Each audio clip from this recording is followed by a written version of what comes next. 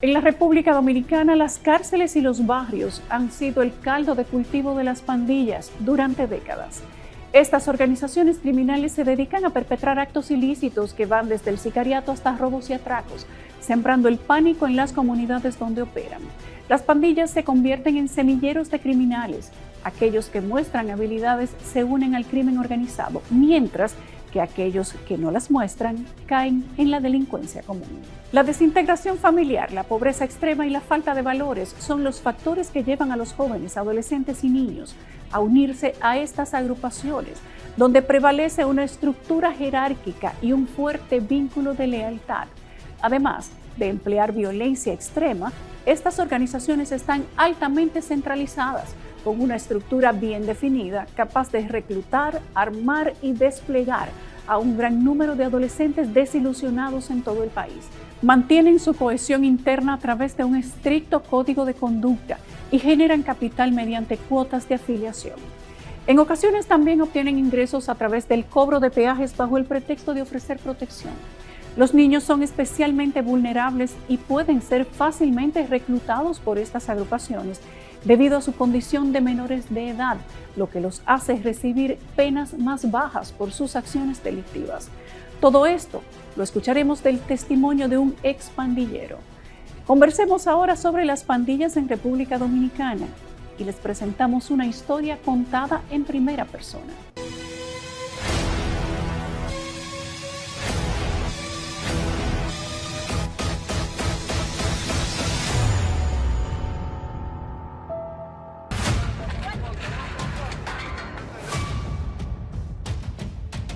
En República Dominicana, las pandillas, naciones y bandas delictivas son como una sombra oscura que se extiende por los rincones más vulnerables de la sociedad. Son las semillas del caos, la cuna de los delincuentes que amenazan la seguridad ciudadana.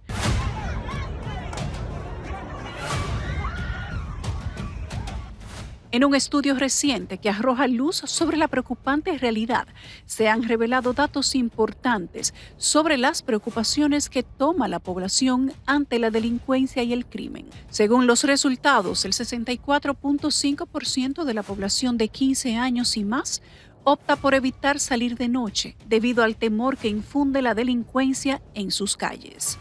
Asimismo, se ha observado que el 52.3% de las mujeres y el 45.2% de los hombres han dejado de llevar grandes cantidades de dinero en efectivo como medida de prevención ante posibles robos o asaltos. Con relación al uso de joyas, el estudio revela que el 38.7% de las personas ha decidido prescindir de su uso debido a la misma problemática de inseguridad. Hay gente todavía de ese tiempo que todavía están en esa banda y están en esas naciones. Sí, porque hay gente que llevan eso de corazón. Hay gente que solo Cristo puede romper esa cadena. Pero hay muchos que lo que se es como que quieren sonar. Los delincuentes y criminales se han convertido en un eco retorcido de la sociedad. Han extendido sus tentáculos por todas las calles. En los barrios, las pandillas encontraron su hogar. Mi madre me dio una educación ejemplar. O sea, aunque yo vivía en Guachupita, mi madre trabajaba para darme una educación adecuada, no una educación descontrolada. O sea, que mi madre, desde que nosotros comenzamos, siempre nos llevó por el camino derecho. Yo iba a la escuela, trabajaba, buscaba agua, hacía cualquier cosa, pero lejos de la calle. Luis Andrés Reyes, al igual que muchos pandilleros, proviene de una familia marcada por la disfuncionalidad. Desde temprana edad se vio privado de la presencia de su padre en su crianza. Sin embargo, su madre, una mujer admirable y llena de valores, según cuenta él mismo, luchó incansablemente para criar a Luis Andrés y a sus 3 hermanos como hombres de bien. Pero la necesidad y la presión social pudieron más. Yo era un joven que iba a la escuela y a veces llegaba y no estaba la comida. A veces me iba sin desayunar a la escuela. Entonces había un término que los domingos y los sábados, o sea, que los adolescentes se acostumbraban a cambiarse. Entonces cuando me tocaba a mí ponerme una ropa cambiada, yo muchas veces no bajaba de mi casa.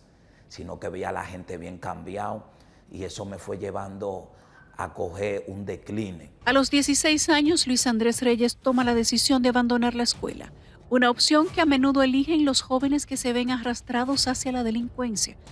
Sin embargo, en su caso, la motivación no era la maldad, sino la necesidad de trabajar para subsistir. Con el tiempo, su deseo de obtener dinero lo llevó por un camino oscuro, envolviéndolo en actividades delictivas. Encontré un corito que hacían cosas sencillas, íbamos a la Duarte, descuidábamos, robábamos alguna cosita, nos escapábamos de la escuela. Comencé así a paso, escalón por escalón. Pero de repente me junté con un joven llamado John, y entonces yo salía de Guachupita para Lureña que es de la autopista Las Américas, y cuando comencé a juntarme con él, entonces comencé a conocer la droga. Mientras en su inocencia, la madre de Luis Andrés Reyes desconocía los pasos que su hijo estaba dando en la vida. Los amigos y el grupo al que pertenecía no solo lo ayudaron a entrar en el mundo de la delincuencia, incluyendo delitos menores, sino que también lo introdujeron en el peligroso camino de las drogas. Poco a poco Luis Andrés fue cayendo en un abismo oscuro y sin fondo. Se sumergía en un agujero negro del cual parecía difícil salir. Bueno, ahí yo conozco una banda llamada Los Morenos del Bronx. Estaba frente de mi casa. Yo esa gente la veía siempre todos los días en pinta, desde la mañana. Yo siendo un muchacho tranquilo. Entonces cuando comienzo a pertenecer a Los Morenos del Bronx, ahí entonces comienzo en la calle lo que se llama atracar. Y amanecer fuera de mi casa. Y entonces a coger la mala vida de los cuartos fácil. Ahí comienzo a atracar, comienzo a robar. Comienzo a juntarme con personas que me dañaron más en la calle. En los callejones de Guachupita, los Morenos del Bronx bautizaron a Luis Andrés Reyes como La Moña. Su motivación para conseguir dinero ya no era simplemente subsistir, sino que también se añadía el deseo de adquirir ropa de marca y lujos para estar a la altura de sus compañeros. Y su edad era su mayor atributo dentro del grupo. Como una estrategia. ¿Entiendes? Hay cosas que el grande no podía hacer, entonces usaba a un menor. Por ejemplo, van a hacer cualquier situación o cualquier atentado malo, van a hacer cualquier cosa que tenían que meter a un menor. Entonces la banda, llamada Los Morenos del Bronx, tenía unos cuantos menores. Entonces ahí mismo yo pertenezco ahí. ¿Cómo te explico? Mira, hay bandas que tienen tienen unos reglamentos. Pero hay otra banda que son una banda verdaderamente formada simplemente por delincuentes. Que ahí lo que existe, tiene que existir la lealtad y que tú eres del coro y que tú eres fiel ahí. En el año 2022, según las cifras proporcionadas por Conani, se registraron números alarmantes que podrían explicar si los menores de edad son un nicho de las pandillas. En los centros privados de libertad se encontraban internos un total de 308 adolescentes con edades entre 13 y 18 años. Esto significa que aproximadamente cada 28 horas un menor es detenido por presunta comisión de una infracción. Al profundizar en los detalles, encontramos que en los centros privados de libertad del año 2022 habían 132 adolescentes señalados por robos, 50 menores imputados por homicidio, 10 más acusados de intento de homicidio y la misma cantidad detenidos por delitos relacionados con drogas y 1 por porte de arma ilegal. Mira, hay un punto que a mí no me gusta analizar ni hablar mucho porque para mí es una deshonra, ¿entiendes? No me da qué cosa pero yo usé muchachos menores y jovencitas menores para que me transportaran droga. Yo transportaba la droga de Guachupita a Quiqueya. Y para eso yo usaba un menor. Y para eso usaba también a una joven que era menor también. También llegué a poner jovencitos menores de 8, digo yo de 9, 7 o 6 a consumir marihuana. Algo que no lo veo como, que eso es algo que eso sí me dolió eso. Pero usaban una menor para irnos a los hoteles también. Jovencitas menores que le llevaban la droga a uno y la pistola. Y le hacía más fácil a uno salir. O sea, siempre va a haber el abuso de poder y de fuerza en medio de la banda, de las naciones y del tigueraje. Los Morenos del Bronx, para inicios del año 2000, según las propias palabras de Luis Andrés, eran una banda respetada. Su notoriedad trascendió incluso en periódicos nacionales que hacían mención de su nombre. En plataformas como YouTube se pueden encontrar videos de los miembros de esta banda, quienes relatan su propio historial delictivo. Sí, yo robaba, atracaba, mataba, daba balazos, daba de todo. Se veía que se pecaba, se hacía una misión de 400 para que mate fueron, iba y te mataba, normal. Yo hablo de los Morenos del Bronx en Guachupita, era la banda más respetada entre todas las que estaban. O sea que los morenos tenían su nombre hoy en día. O sea, hoy en día quizás no quedan tigres, pero queda la esquina que se llaman los Morenos del Bronx en Guachupita. O sea, se quedó plantado.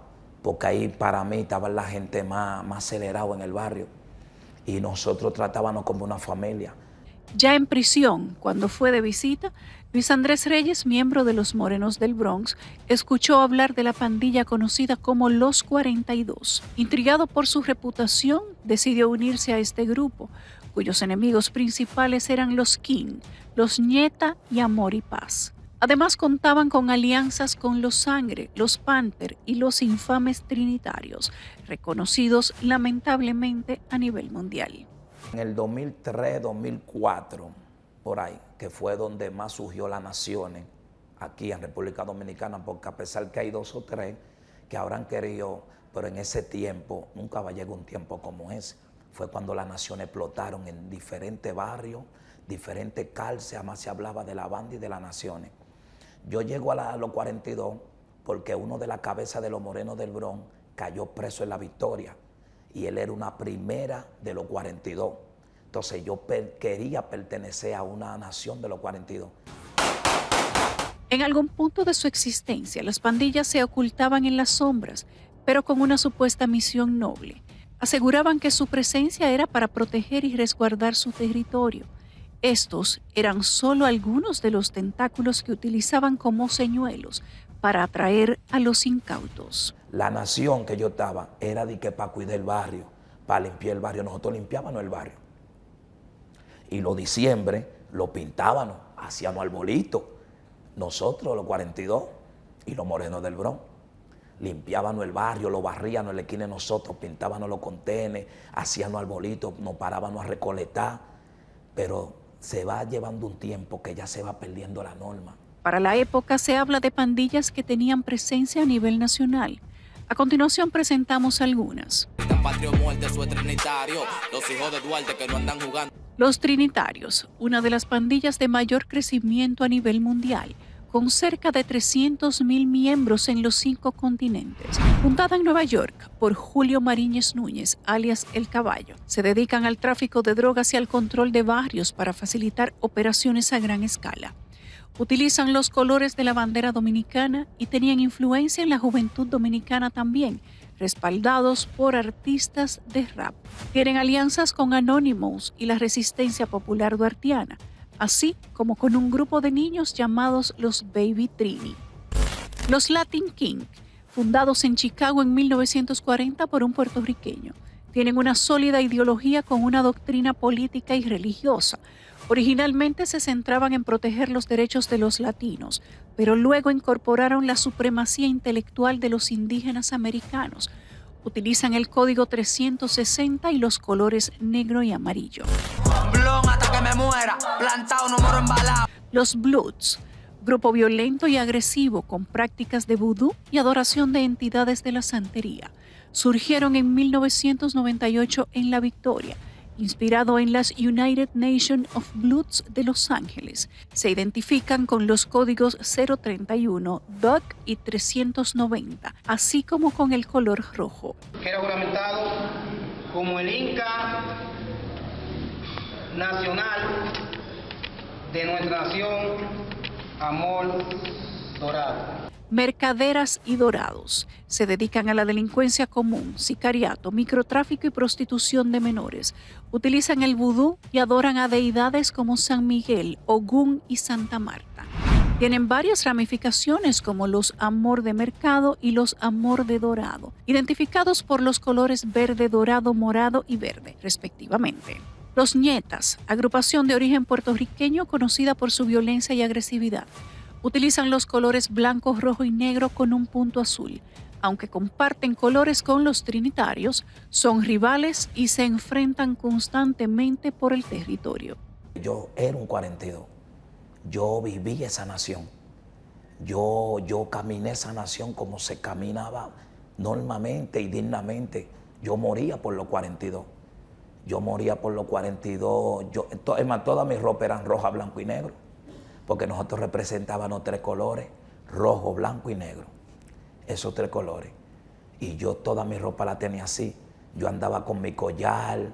Yo no podía ver cualquier abuso con un 42. O sea, yo sufrí los 42. Por último están los 42, descritos como uno de los grupos más violentos y respetados. Se dedican al tráfico de drogas, sicariato y atracos. Se identifican por el número 42 y los colores rojo, negro y blanco. De esta pandilla, Luis Andrés Reyes tenía el rango de una primera. La Suprema es la persona la mayor.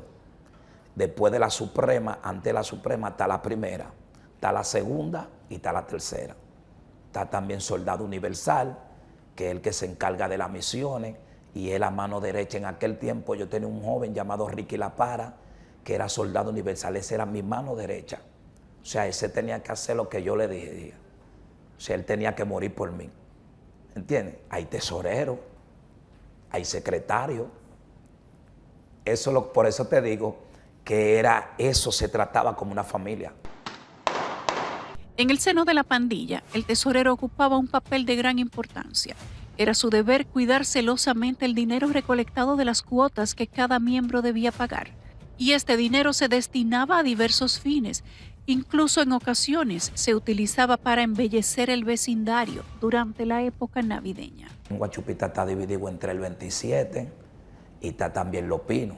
En el 27 mandaban Loquín, pero el 27 es como una frontera con Guachupita, ¿entiendes? Entonces allá mandaban Loquín, que habían poco gente de Los Sangres, pero en los Guachupita, entonces nosotros mandábamos los 42. Y era así chocante porque nosotros a veces buscábamos problemas, como también ellos buscaban problemas. A veces se tenía que hacer misiones. Yo llegué a ver a jovencitos que lo vi crecer y después yo esperándolo debajo de su casa con un escuadrón de 42 para agarrarlo, llevándolo y machetearlo. Las pandillas no solo imponen el pago de una cuota a sus miembros, sino que también exigen que se aprendan los códigos que rigen la nación. También, cada periodo de tiempo realizan reuniones para planificar y coordinar sus actividades delictivas, fortalecer lazos, compartir información, adiestrar y reclutar potenciales miembros, entre otras cosas. ¿Sabe dónde nosotros llegamos a hacer reuniones? Para hacer unas reuniones tranquilas. Llegamos a hacer reuniones en el Palacio de los Deportes y en el zoológico. Yo hacía mis reuniones en el zoológico. Porque como te digo, yo corría 2 bloques. Pero el bloque de Cancino yo lo corría más estable. En Guachupita no, porque en Guachupita fulano es medio acelerado, fulano esto y que lo otro. La pandilla atrae a los jóvenes con la promesa de beneficios que aparentemente pueden ofrecerles, protección y la ilusión de pertenecer a una familia. Estos atractivos son utilizados como anzuelo para luego someterlos a las diversas reglas y normas que implica formar parte de una nación. Los nuevos miembros deben acatar las órdenes de aquellos con posiciones superiores. Mandé en una misión a 2 muchachos, uno le llamaban Ricky La Para, que está muerto, y otro más, que ese está vivo. Lo mandé a un lugar a agarrar a un muchacho y picarlo a machetazo, para que lo encañonen con una pistola. Le di la pistola, lo encañonaran y lo picaran a machetazo. Pero cuando ellos se tiraron, la misión salió mal y a más le llevaron un dedo. En la pandilla, aquel miembro que osaba desafiar las misiones impuestas o caer en la transgresión se exponía a pagar un precio imperecedero, su propia existencia. La vida misma pendía de un hilo, una moneda que debía ser saldada en nombre de la lealtad. No obstante, para las faltas consideradas menos atroces o menores, el castigo podía ser indulgente en comparación. El castigo era que te acotaban, te quitaban los pantalones, te dejaban en calzoncillo y te daban algunos 30, 50 tablazos. Duro. Digo, yo daba duro. Yo daba los castigos como se daban. Yo eso sí tenía, que yo daba los castigos muy fuertes, no tenía que ver quién sea, pero daba los castigos fuertes, cosa que me llegué a encontrar enemigos por eso, porque una vez le di un castigo a una mujer. Desde pequeñas infracciones hasta alcanzar niveles insospechados. En un abrir y cerrar de ojos, la trayectoria de Luis Andrés Reyes dio un giro vertiginoso. No solo se enemistó con otros miembros de pandillas, sino que su nombre resonaba en los oídos de la Policía Nacional. Y ante tal panorama, no tuvo más opción que irse de Guachupita. Fui a San Cristóbal, me fui para el municipio de Quiqueya, en San Pedro, porque ya viendo una madre diciéndome: mi hijo, no quiero que te mate. Una madre que me tenía que cargar la droga donde yo estaba para que yo no entrara en el barrio y me mataran en el barrio. Una madre que no dormía hasta que yo no llegaba a mi casa. Una madre que sufría. Yo puse a sufrir a mi madre. Yo quería a mi madre, pero la puse a sufrir. En el crudo laberinto de sus conflictos con el turbio comercio de estupefacientes y con su propio padre desentendiéndose de su crianza y desalojándolo del hogar, Luis Andrés Reyes se vio obligado a regresar a Guachupita, donde su madre aguardaba su regreso y una nación enemiga también. Yo andaba con el puñal y cuando iba en una bicicleta, amoy ese cha en la mano y después otro cha en la espalda, y el sillín a donde yo estaba lo partió en dos del machetazo. Entonces cuando yo miré para atrás, yo no vi la persona que me dio, porque ellos sabían que era un lío. Cuando yo saqué el puñal que miré para atrás, yo no vi a nadie. La mano me quedó en un hilito. Me embalé corriendo, comencé a ver mi mano así, comencé a llorar. Al borde de la pérdida de su propio brazo, Luis Andrés recuerda vívidamente aquel hospital donde sus ojos no divisaron a sus hermanos de la nación. En su lugar solo encontró a una madre desgarrada por el llanto. Tras ser dado de alta, volvió a vivir otro atentado. El plan no era que yo esté herido, el plan era sacarme del sistema. Y se tiraron más de 30 y pico de tigres a mi casa a matarme. Con pistola, machete, copete, y lo único que decían: hay que salir de la moña. Mi madre, cuando vio todo eso, cayó de largo a largo. Tuvieron que ponerle berrón. La vecina se embaló corriendo: pon agua caliente que si suben. Y créelo, allá arriba yo lo veía todo y no tenía miedo. Luis Andrés afirma que su supervivencia en aquel momento crítico fue obra de la divina voluntad de Dios. Asegura, esta revelación se hizo evidente después de su conversión a la fe cristiana, cuando la verdad se le desveló en todo su esplendor. Dios estaba detrás de mí, pero yo no lo sabía. Había un propósito de Dios, porque, mira, wow, si yo te dijera de las muchas veces donde Dios me libró de la muerte, solamente Dios tenía que estar ahí.